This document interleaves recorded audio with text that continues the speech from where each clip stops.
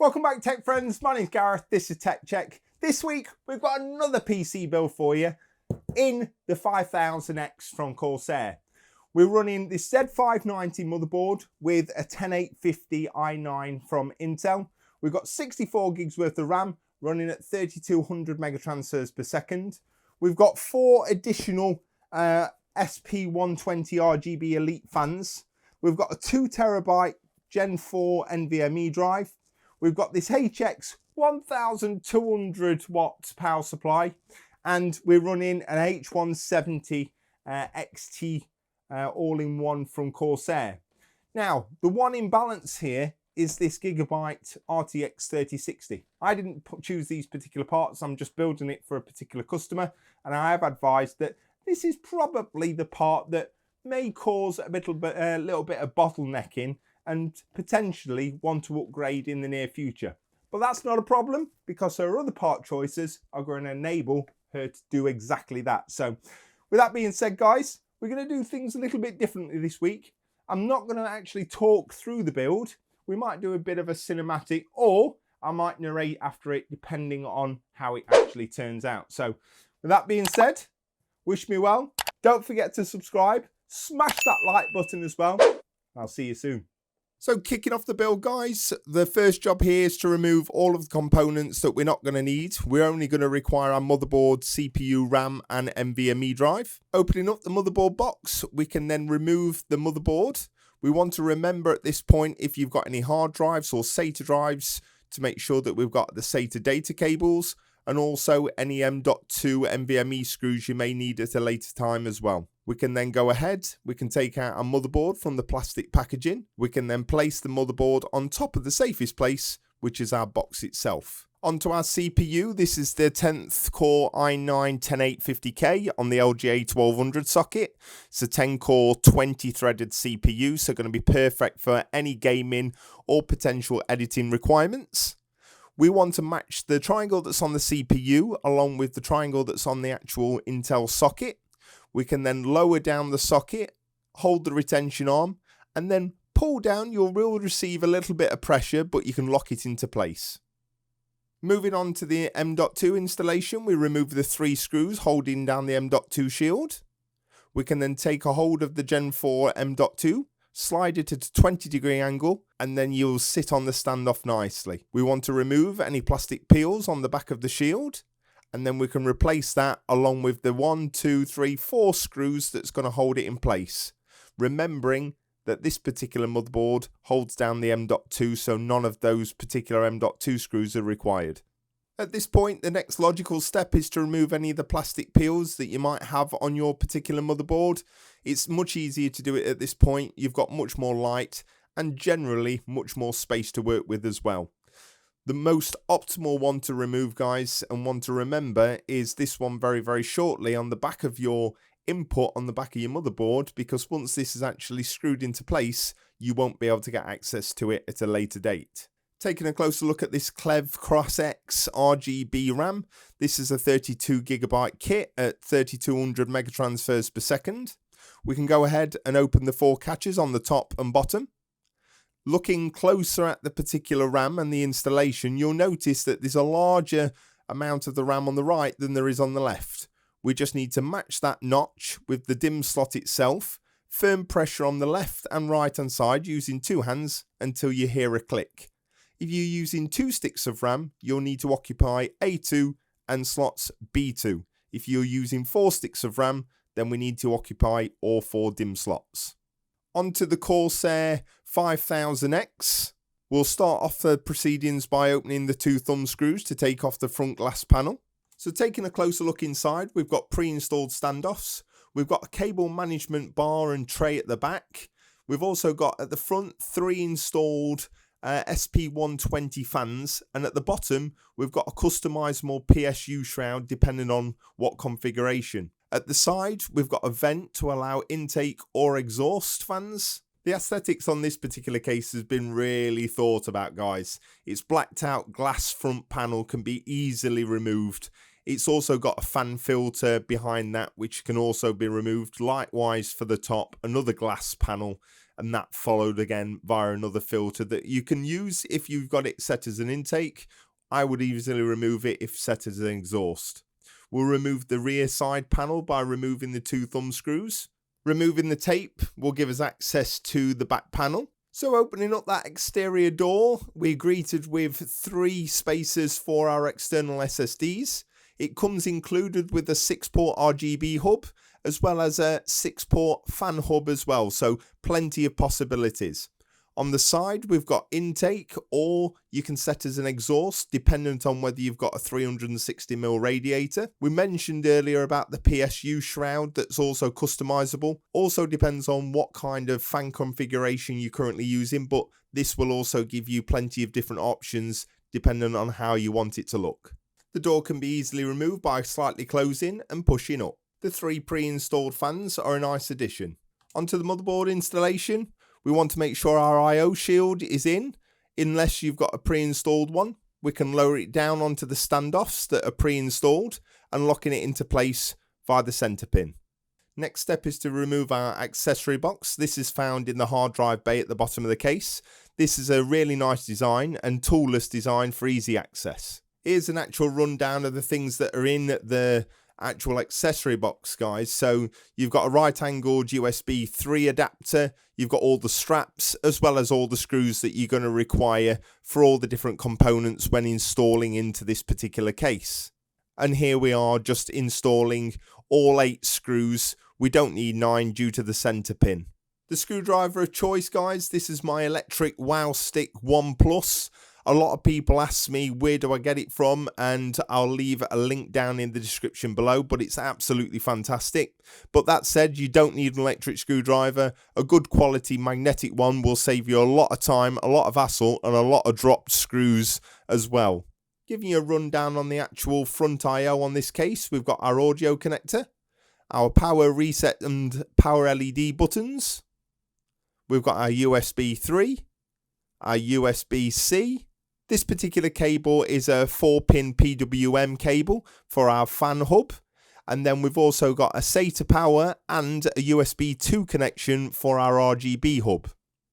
We mentioned previously that the hard drive bay at the bottom is toolless. We'll go ahead and remove those 2 trays and then 2 screws, and then that hard drive will actually be able to be removed, giving you much larger access at the bottom of the case for larger PSUs if you so require. We're actually going to install this HX1200 now, at least get it undone, show you through the cables and things like that, because it's much easier to connect them EPS power cables whilst you've not no fans installed or AIO at the top of this particular case, because whilst it's quite large, you'll soon see that that kind of space just disappears when you actually need it. So opening up this particular box, you've got a power cable, you've got all of the included accessory cables, and then the actual PSU unit itself. Really good blacked out unit, not a huge one considering it's a 1200 watt power supply, and likewise I would always say get a quality PSU when you're spending this amount of money.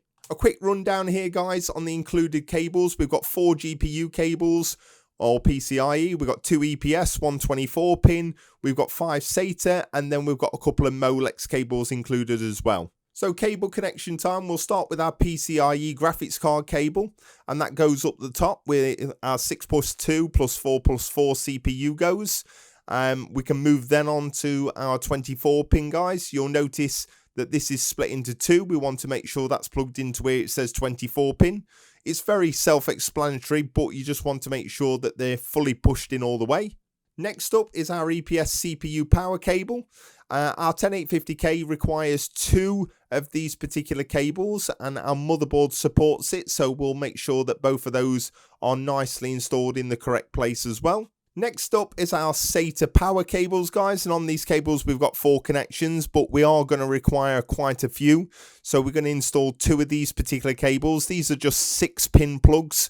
Again, just make sure they're plugged in all the way. Onto the power supply installation, we want to make sure our fan is facing downwards. That will mean that we've got plenty of ventilation and we're not starving the PSU being able to cool itself. The other important thing is not to snag any of the cables and just lower it down onto the actual bracket. We can then go ahead with the 4 included screws and lock those into position. We can then push our EPS cables through and make the two 8-pin connections. And as you can see, guys, it's much easier to do it now than it will be when you've got 3 fans or an all-in-one up there and no room.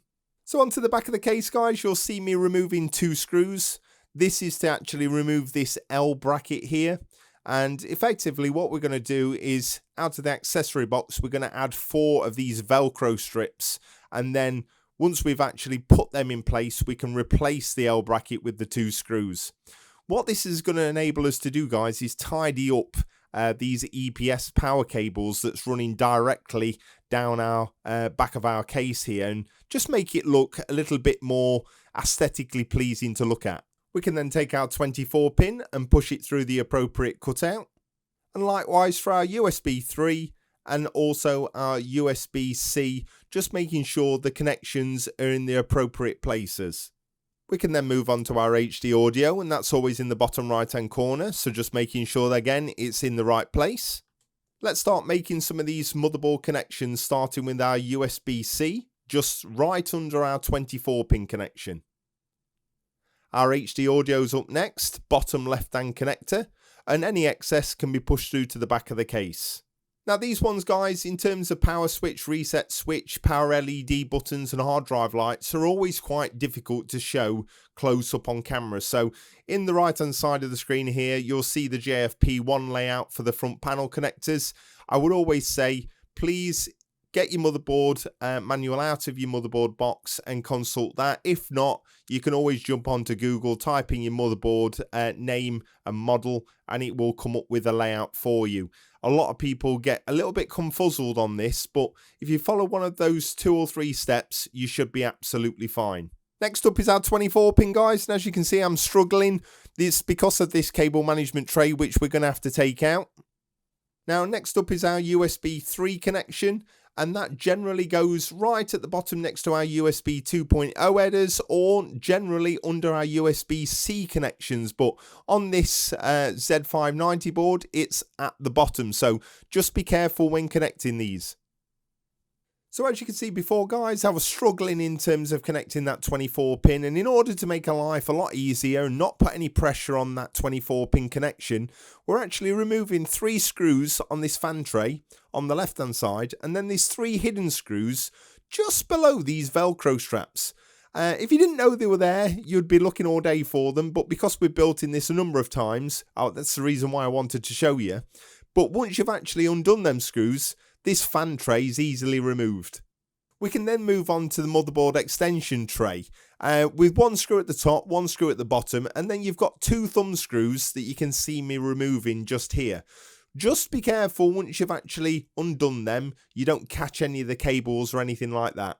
There we go, loads more room, guys, and that there is the particular problem. There's not much flexibility, so just make sure you've got a solid connection and it's in all the way. So moving on to our all-in-one, guys, and this is the H170 Elite X XT. It's a newer variation of Corsair's latest cooler. We are waiting on some newer ones with the LCDs, etc, but this one will do absolutely fine. Perfect for any 8, 10, 12, 16 core CPUs. Keeps them really, really nicely under temperatures. This one comes with 140mm fans because it's a 420mm cooler, and it's got all the retention brackets that you're actually going to require for Intel or AMD as well. This is the bracket we're going to be using. It's also got 2 different fascia plates. One is a little bit more white, and then the other one is black. So dependent on how you would like to customize your fascia plate, gives you options. A plethora of all the screws, guys, dependent on AMD or Intel, and an included commander core. So as you'll see here, guys, this is where the fun starts. I didn't order any of these parts, and I wasn't aware until they were dropped off at my door what parts were included. So I'm trying to fit a 420mm all-in-one at the top and at the front, and as you can see, it's not compatible. Now, the good news for this particular client is that I actually had an H150i Elite LCD unit, so I quickly switched out all of the fans and made sure that it was compatible. And here you can see me just installing the fans onto the radiator using the 12 included screws. Next up then is pushing our 6 cables through to the back of the case through the appropriate cutouts so we don't squish and squash those cables. We can then go ahead and we can attach 16 of the smaller screws, attaching our radiator to the top of our case. We can then go ahead and replace our filter, but for best results, especially with an AIO at the top, I wouldn't actually put this in place. Once we've done that, we can go ahead and replace our glass panel. So to get access to the back of our motherboard, guys, we're just going to remove this thumb screw at the top, and then Corsair's created a little door so we can attach our mounting hardware. For this installation, we're going to need these LGA 1200 brackets, as well as the Intel mounting bracket at the back as well. The brackets we're using, as you can see, are the LGA 1200 ones. Very important that you use the right posts, guys, so you've got the right clearance. And all we've got to do is screw each one of these posts into each corner. Next up is our CPU thermal paste. I always like to use a decent thermal paste, guys, just so we get the best temperatures, but a simple dot in the middle of the CPU should be adequate. Now this particular all-in-one's got pre-installed Intel bracket already, guys. We just removed the thermal cover, and essentially we're just going to push this brackets over those posts and hold it in place. We can then grab 4 of these very large thumb screws, and what I would ideally say is put one on finger tight, then another, and make sure you got all 4 on until a point where you can then go around with a screwdriver. And all you've literally got to do is make sure you go in a crisscross pattern while tightening. Next up is our CPU or fan header connection.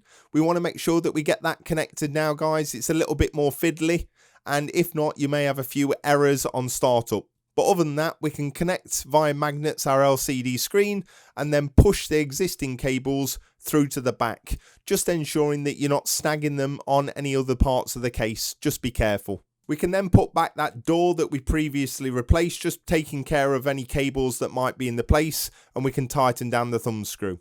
Next up is these 4 SP Elite fans. We're going to install 3 as a side intake, and then we're going to have 1 as a rear exhaust at the back of the actual case. Here's a quick example of how it should look once done. We've also got our rear exhaust fan set as an exhaust. So we'll get that fan bracket now reinstalled, and really straightforward process. We've just got those 3 screws on the left and 3 screws on the right hand side.